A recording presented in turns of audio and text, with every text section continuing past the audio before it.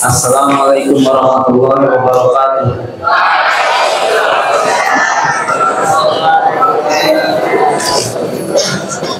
Alhamdulillah, alhamdulillahilladzi arsala rasulahu bil huda wa dinil haqq yuzhirahu 'ala din kullihi walau karihal kafirun. Asyhadu an la ilaha illallah wahdahu la syarika lah wa asyhadu anna Muhammadan abduhu wa rasuluh. Allahumma shalli wa sallim wa barik wa an'im ala habibina rasulina Muhammad wa ala alihi wa ashabihi wa man sara ala nahjihi ila yaumiddin. Amma ba'd. Pada para jamaah menjelang malam yang berbahagia ini, kita bersyukur kepada Allah Subhanahu wa taala yang mana kita telah diberikan segala kenikmatan yang Allah berikan. Di antara kenikmatan yang paling mulia, yang paling nikmat ialah nikmat berada di atas hidayah, di atas agama Allah Subhanahu wa taala, agama yang Allah satu-satunya yang diridhoinya, yaitu dinul Islam, agama Islam. Kita bersyukur kepada Allah karena betapa banyaknya orang-orang yang di sana yang belum Allah berikan hidayah. Sungguh ini kenikmatan yang sangat besar. Mengapa demikian? Karena Islam merupakan kunci bagi seorang hamba untuk bisa meraih kebahagiaan dunia dan akhirat. Kemudian salam dan salawat kita haturkan kepada junjungan Nabi besar kita, Nabi Muhammad sallallahu alaihi wasallam, dan juga kepada keluarganya, para sahabatnya, dan kepada orang-orang yang istiqomah untuk mengikuti sunnahnya hingga akhir zaman. Kepada jamaah, ikhwan dan akhwat, dan juga para tulab yang semoga dirahmati Allah Subhanahu wa taala. Insyaallah di malam yang berbahagia ini kita akan bahas tentang wasiat baginda Rasulullah sallallahu alaihi wasallam kepada sahabat yang mulia Abi Dzar Al-Ghifari radhiyallahu taala anhu, yang mana wasiat merupakan salah satu pesan terakhir yang mengandung kebaikan kepada atau dari orang yang akan meninggal dunia. Rasulullah sallallahu alaihi wasallam ketika masa-masa hidupnya di akhir, beliau banyak sekali memberikan wasiat. Di antaranya sahabat yang diberikan wasiat oleh Rasulullah SAW yaitu Abi Dzar Al-Ghifari radhiyallahu taala anhu. Wasiat yang disampaikan dari seseorang kepada orang yang dituju ini merupakan salah satu tanda bukti cintaan dan kasih sayang dia kepadanya. Mengapa demikian? Karena kita ketahui bahwa dalam isi wasiat itu merupakan salah satu kata-kata pesan yang mengandung banyak arti kebaikan, baik itu pesan dalam sifatnya maknawi yaitu secara akhirat, ataupun pesannya secara duniawi yang berkaitan dengan harta. Namun Rasulullah sallallahu alaihi wasallam beliau tidaklah meninggal dunia kecuali melainkan hanya satu saja yang beliau tinggal, yaitu ilmu.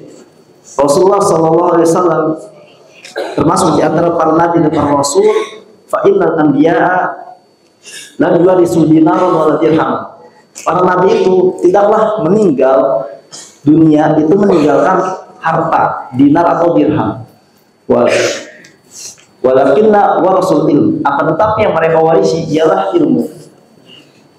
Sehingga di sini Rasulullah sallallahu alaihi wasallam menyampaikan wasiat dalam berupa ilmu, karena itulah yang beliau miliki. Ilmu ini jauh lebih besar mulianya dibanding harta dunia yang sifatnya hanya sementara. Sedangkan ilmu ini merupakan salah satu juga kunci keselamatan bagi seorang hamba untuk meraih kebahagiaan dunia dan akhirat. Seorang hamba tidaklah dia bisa beramal kecuali dengan ilmu. Seorang hamba tidaklah dia bisa menyeru kebaikan kepada sesama manusia melainkan dengan ilmu. Dan ilmu inilah yang mana sifatnya dari wahyu Allah Subhanahu wa taala, dari kitabullah dan juga sunnah Rasulnya sallallahu alaihi wasallam yang Allah berikan kepadanya. Sehingga kala itu Abi Dzar Al-Ghifari pernah berkata, "Ausini khalili sallallahu alaihi wasallam." Abu Dzar mengatakan, aku telah diberi wasiat oleh kekasihku, yaitu Rasulullah SAW, ketika Rasulullah SAW mewasiatkan kepadaku dengan 7 perkara. Yang pertama,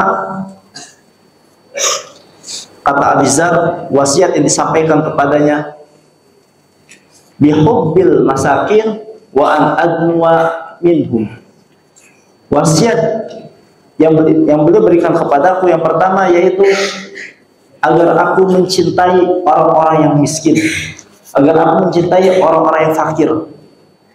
Bukan hanya mencintai saja, dan aku pun diperintahkan untuk dekat kepada mereka. Aku diwasiatkan untuk bisa untuk berkumpul dekat, tolong menolong kepada orang-orang miskin.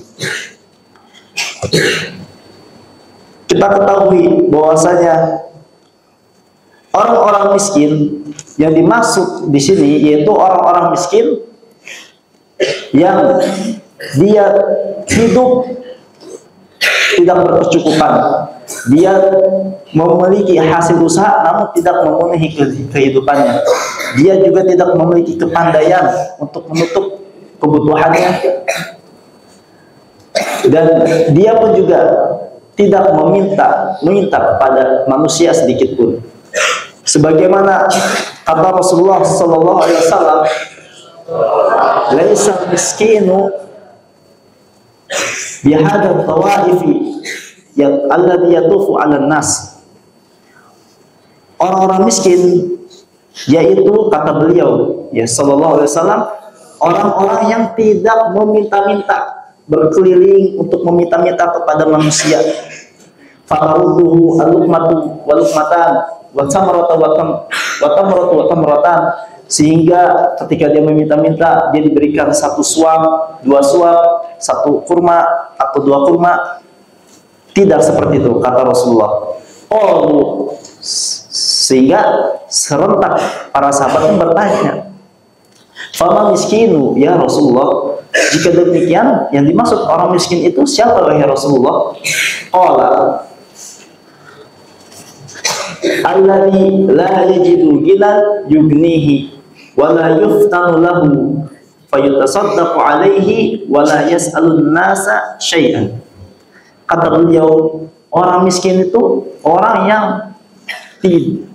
hidupnya berkecukupan, hidupnya tidak memenuhi kecukupannya, sehingga dia memiliki hasil usaha, dia memiliki pekerjaan, tapi hasil dari usaha dan pekerjaan ini tidak memenuhi kehidupannya.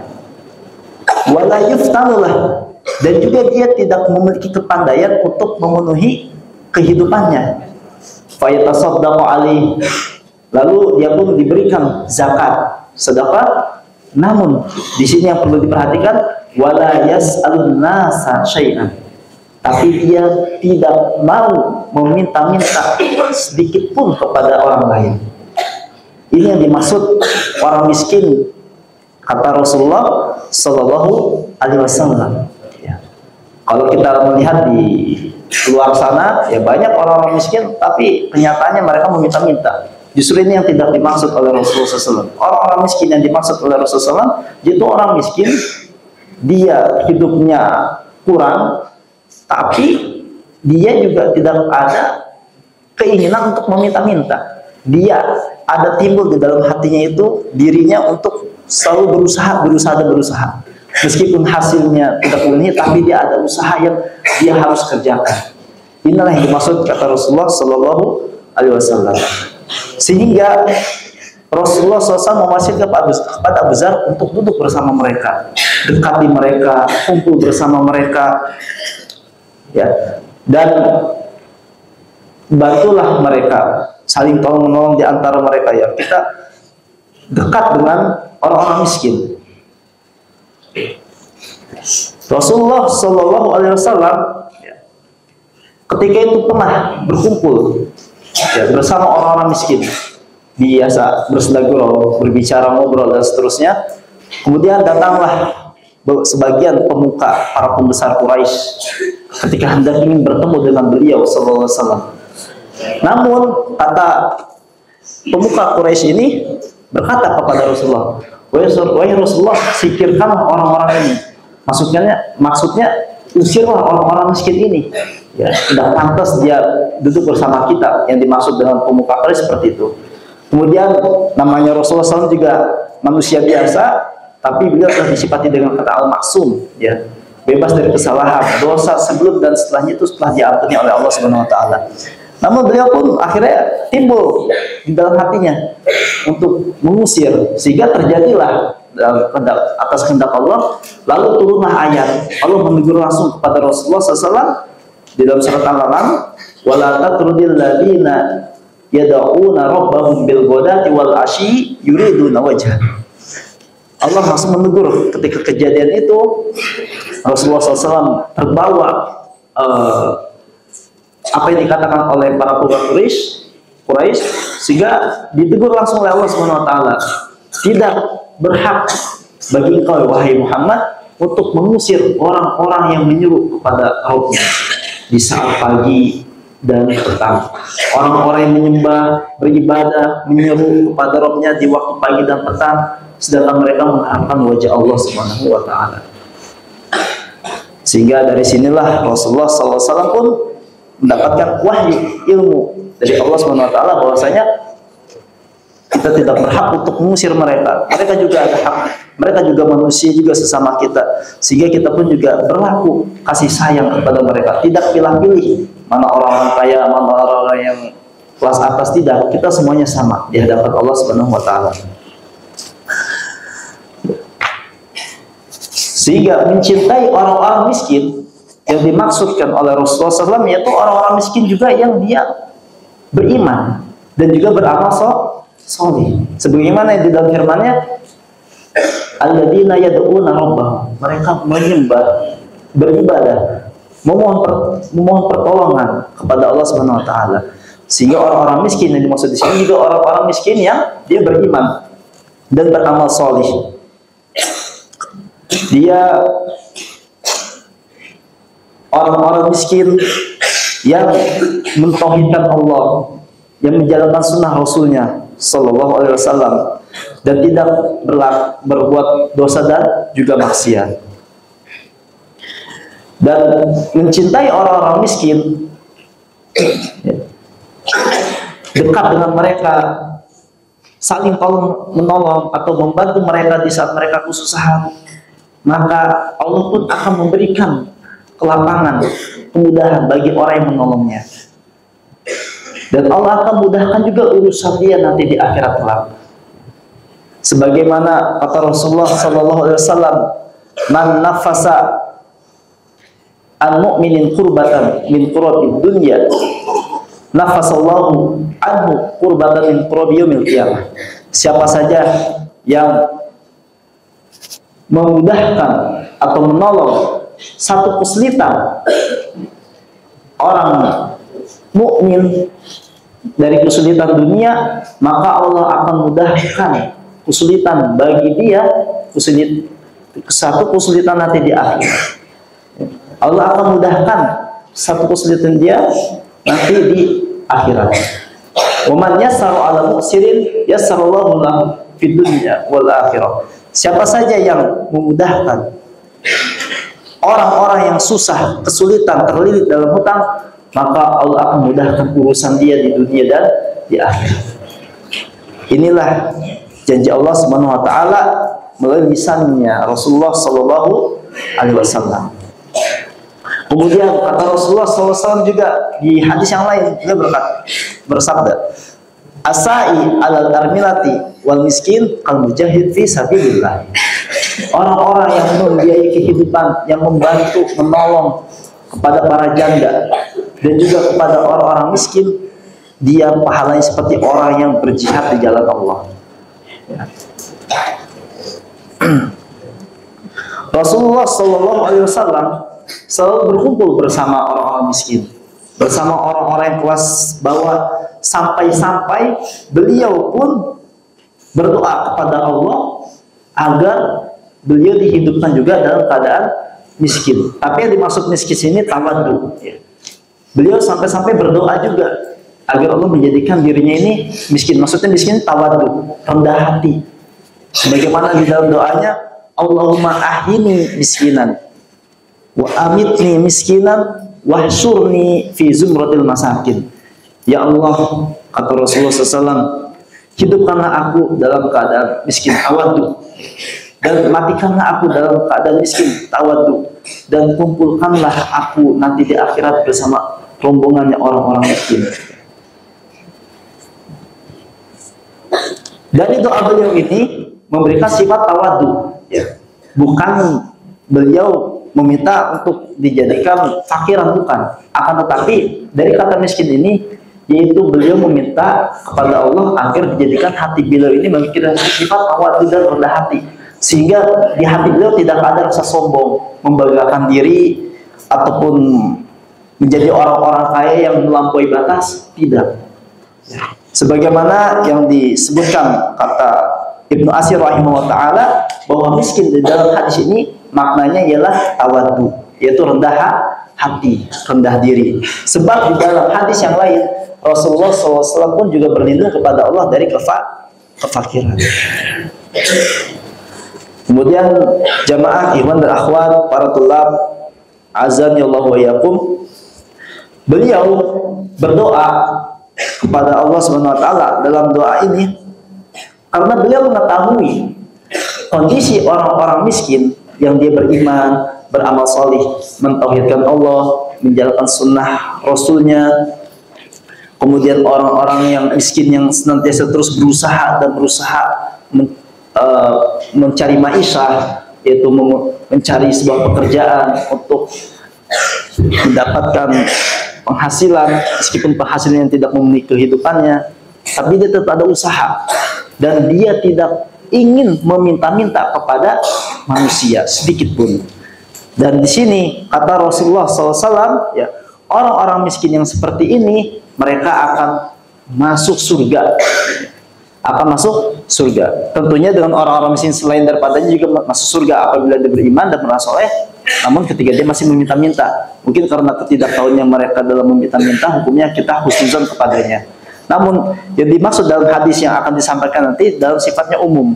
Tapi beliau mengetahui kondisi orang-orang miskin ini, tentunya dia akan lebih dahulu masuk surga bandingan waktunya daripada orang-orang yang kaya, yaitu 500 tahun.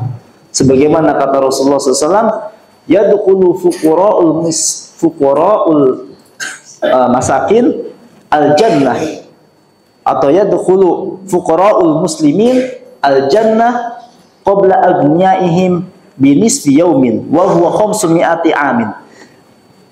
Orang-orang fakir miskin dari kalangan kaum muslimin, ya, berarti kalau fakir miskinnya bukan Islam, tidak masuk surga. Jadi yang disifati oleh Rasulullah SAW yaitu orang-orang muslimin. Di sini sifat dalam kata kaidah bahasa Arabnya mengandung idhofah, yaitu penggabungan fuqara dengan orang-orang muslim. Jadi dia yang berhatinya beriman kepada Allah Subhanahu wa taala, maka dia akan lebih dahulu masuk ke surga daripada orang-orang kaya selama setengah hari. Setengah hari di akhirat, yaitu bandingannya 500 tahun di dunia. Ya, subhanallah. Jadi jeda waktunya sangatlah lama, jauh, ya. Orang-orang miskin ini salah satu dari antara keutamaannya, ya. Namun orang kaya juga memiliki keutamaan.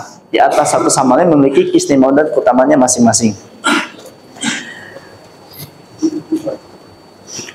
Orang-orang miskin yang seperti ini yang disifati Allah itu apabila dia taat, patuh, tunduk terhadap perintah Allah dan menjauhi larangannya. Dan mengapa orang-orang kaya dia masuk surganya itu lebih lama daripada orang-orang miskin? Karena orang-orang kaya tentunya ada perhitungan dan hisab dari harta-harta mereka yang akan dipertanyakan oleh Allah. Semakin banyak itu harta yang diberikan, maka akan semakin banyak pula yang akan ditanyakan. Ya, seperti itu. Sedangkan orang-orang miskin, ya dia tidak memiliki harta. Bagaimana dia ingin ditanya, sedangkan harta aja dia tidak punya. Rasulullah Shallallahu Alaihi Wasallam pun juga di dalam hadis yang lain, beliau berdoa agar beliau bisa mencintai orang-orang miskin. Sebagaimana di dalam doanya, Allahumma inni as'aluka fi'lal khairat wa tarkal munkarat wa hubbal masakin. Ya Allah, aku memohon kepadamu agar aku dijadikan orang-orang yang bisa melakukan kebaikan, meninggalkan kemungkaran, dan juga menjadi orang yang mencintai orang-orang miskin. Selain daripada itu, orang-orang miskin dan lemah ini yang kita tolong, tentu kita juga akan memperoleh rezeki dan pertolongan dari Allah Subhanahu wa taala. Sebagaimana kata Rasulullah sallallahu alaihi wasallam, "Innama hal tunsaruna wa turzaquna illa lidu'afaikum." Hanyalah kalian ditolong dan diberikan rezeki oleh Allah karena adanya orang-orang miskin di antara kalian. Di dalam hadis yang lain, innama yansurullahu hadil ummah bidha'ifiha. Sesungguhnya Allah itu menolong pada umat ini karena adanya orang-orang miskin. Yaitu apa? Dengan bidakwatiha wa sholatiha wa ikhlasiha. Karena doanya dia, salatnya dia, dan juga keikhlasannya dia. Ma'asyiral muslimin, jamaah, ikhwan dan akhwat, bapak-bapak, ibu-ibu, dan juga para tulab yang semoga dirahmati Allah Subhanahu wa taala. Tentu di sini orang miskin yang memiliki keutamaan tidaklah hanya dia saja, akan tetapi orang-orang kaya pun juga memiliki keutamaan dan keistimewaan. Tentu satu sama lain ini pasti memiliki keistimewaan. Orang-orang kaya apabila diberikan harta oleh Allah Subhanahu wa taala, maka bisa dijadikan itu menjadi ladang pahala dia buat di akhirat kelak. Jadikan harta-harta yang diberikan oleh Allah Subhanahu wa taala menjadi hasil panen dia ketika di dunia, mengamalkan dari harta-harta ini untuk disumbangkasih kepada para janda, para orang-orang miskin, para fakir, para orang-orang yang membutuhkan, atau mendonasikan kepada suatu program kegiatan di jalan Allah, untuk berjihad di jalan Allah, sehingga ini juga akan menjadi buah pahala bagi dia ketika Allah memperhitungkan dan menanyakan tentang harta tersebut. Namun harta itu ialah justru akan meninggikan derajat dia di surganya Allah Subhanahu wa ta'ala, karena harta yang diberikannya tidak sia-sia, akan tetapi akan memberikan manfaat kepada pemiliknya. Lalu timbullah pertanyaan, jika demikian, manalah yang mulia antara orang yang miskin bersabar atau orang kaya tapi bersyukur? Maka jawabannya yaitu sebagaimana yang dikatakan oleh Rasulullah Sallallahu Alaihi Wasallam, idza matal insan au ibnu adam in qata'a amaluhu illa min salas. Jika seseorang anak cucu Nabi Adam itu meninggal, maka dia akan meninggal, maka terputuslah seluruh amalannya kecuali 3 perkara. Yang pertama, sedekatin jariyah, sedekah jariyah. Ya, kita tentu sepakat bahwasanya sedekah jariyah, adanya dia berbuat sedekah, pasti dia ada suatu kelebihan dari hartanya.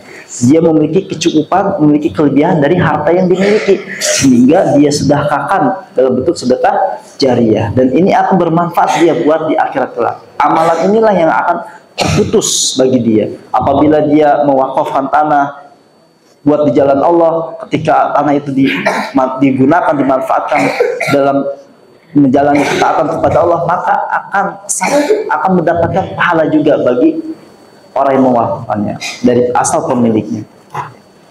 Kemudian yang kedua, au ilmin yuntafa'u bih, ilmu yang bermanfaat. Tentu kalau ilmu ini bisa diraih bagi orang yang kaya ataupun orang miskin. Contoh, kita ambil orang miskin, ketika dia tidak memiliki harta, tapi dia memiliki ilmu. Dia memiliki ilmu dalam agama. Sumpamanya dia sekolah diberikan beasiswa oleh salah satu muhsin. Nah, ini juga beasiswa dari seorang muhsinin, ini akan mendapatkan pahala juga bagi orang yang memberikannya. Dan ketika dia mendapati beasiswa, dia pun belajar sungguh-sungguh, maka dia menjadi seorang berilmu.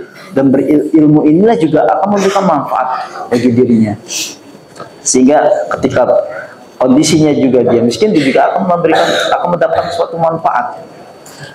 Yang ketiga, awaladin solih yad'ulah, atau anak solih yang mendoakan kedua orang tuanya.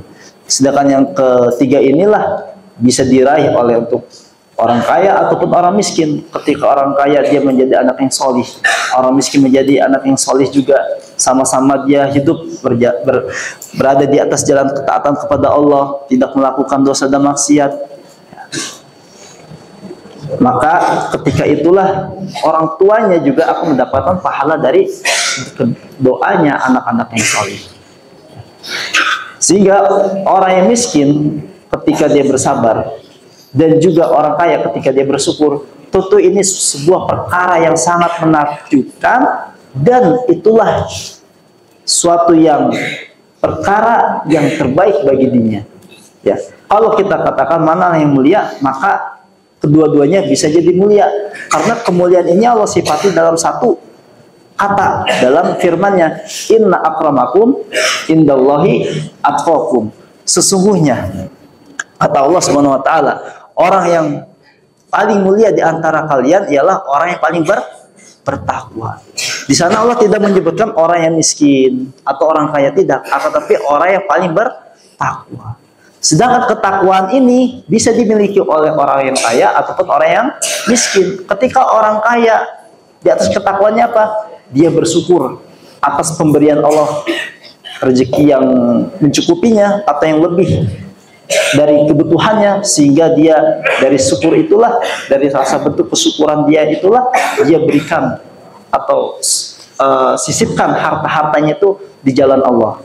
Dia berikan untuk dalam pembangunan masjid, dia berikan menyantuni anak yatim piatu, dia berikan kepada para janda atau fakir miskin, dia berikan kepada orang-orang yang terkena bencana dan musibah.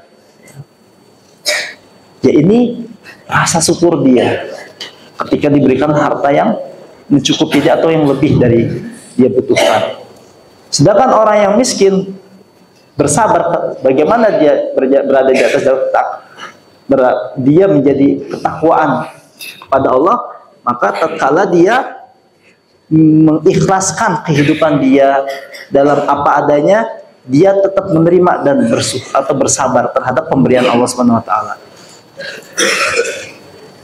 Dari harta yang sedikit dia miliki, ya, dia manfaatkan untuk dirinya atau keluarganya, dan dia bersabar atas pemberian Allah Subhanahu wa taala. Bersabar tentunya juga ada rasa syukur. Ketika dia bersabar, tentunya dia juga pasti akan melakukan segala hal-hal yang Allah perintahkan dan juga menjauhi segala larangannya. Dia tidak melakukan suatu hal-hal yang melanggar batasan-batasan Allah. Sehingga disinilah baik orang kaya bersyukur atau orang miskin bersabar, maka ketika kondisinya seperti itu, berarti dia berada di atas ketakwaan kepada Allah. Dari ketakwaan itulah dia akan menjadi mulia di sisi Allah Subhanahu wa taala. Pada para jamaah, bapak-bapak, ibu-ibu, ikhwan dan akhwat, para tulab, azani Allah yakum. Dan ketahuilah bahwa seluruh perkara yang berkaitan dengan orang mukmin itu mengandung kebaikan. Tidak ada kezaliman. Bahkan kepada orang-orang kafir juga tidak ada kezaliman. Kata Nabi SAW, ajaban li amril mu'min. Sungguh menakjubkan perkara bagi seorang mukmin. Inna amrahu kullahu khairun lah. Seluruh perkaranya orang-orang beriman itu adalah yang terbaik baginya. Walaysa dzalika li ahadin illa lil mu'min. Dan hal itu tidaklah pernah terjadi kecuali hanya bagi orang-orang yang beriman. In asabathu sarra'u syakara. Jika dia diberikan kenikmatan, maka dia bersyukur. Fakana khairan lah, maka itulah yang terbaik bagi dia. Jika dia diberi kenikmatan, dia bersyukur, maka itulah yang terbaik baginya. Wa in asabathu darra'u sabara. ولقد يسرنا القرآن للذكر فهل من مدكر